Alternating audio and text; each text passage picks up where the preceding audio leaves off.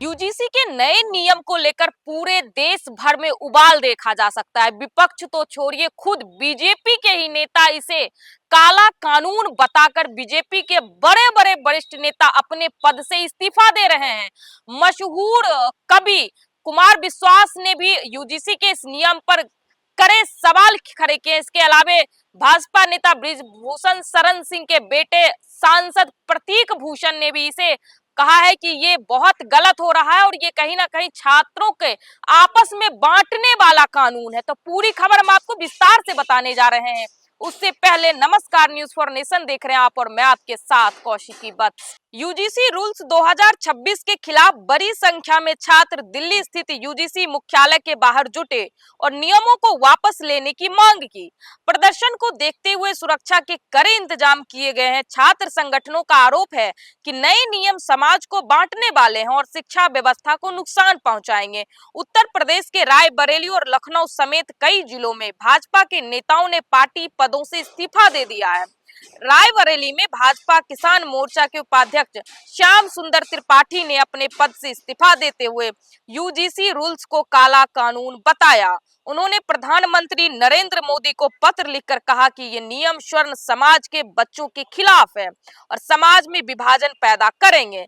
इसके पहले मृगेंद्र उपाध्याय ने भी पार्टी से इस्तीफा दे दिया था। यूजीसी रूल्स 2026 के विरोध में यूपी पीसीएस अधिकारी अलंकार अग्निहोत्री ने अपने पद से इस्तीफा दे दिया। उन्होंने अपने इस्तीफे की एक वजह शंकराचार्य के कथित अपमान को भी बताया। हालांकि उत्तर प्रदेश सरकार ने उन्हें अनुशासनहीनता के आरोप में सोमवार देर रात निलंबित कर दिया है।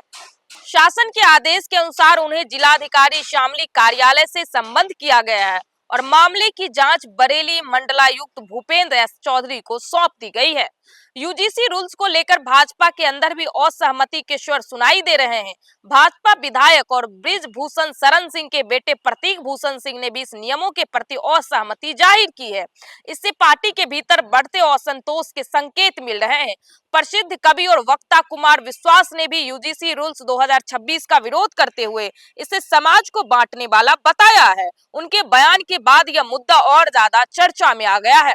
जानकारी के अनुसार अभी तुरंत लखनऊ यूनिवर्सिटी में छात्र कैंपस के अंदर ही धरने पर बैठ गए हैं।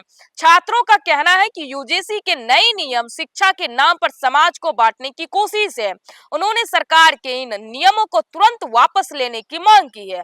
यूजीसी रूल्स 2026 को लेकर बढ़ते विरोध और राजनीतिक हलचल के बीच अब सबकी नजर केंद्र सरकार के अगले कदम पर टिकी है कि वह इन नियमों पर पुनर्विचार करती है या फिर नहीं। यूजीसी के नए नियम को लेकर पूरे देश भर में जो सवर्ण छात्र हैं या सवर्ण नेता हैं, उन लोगों में आक्रोश है।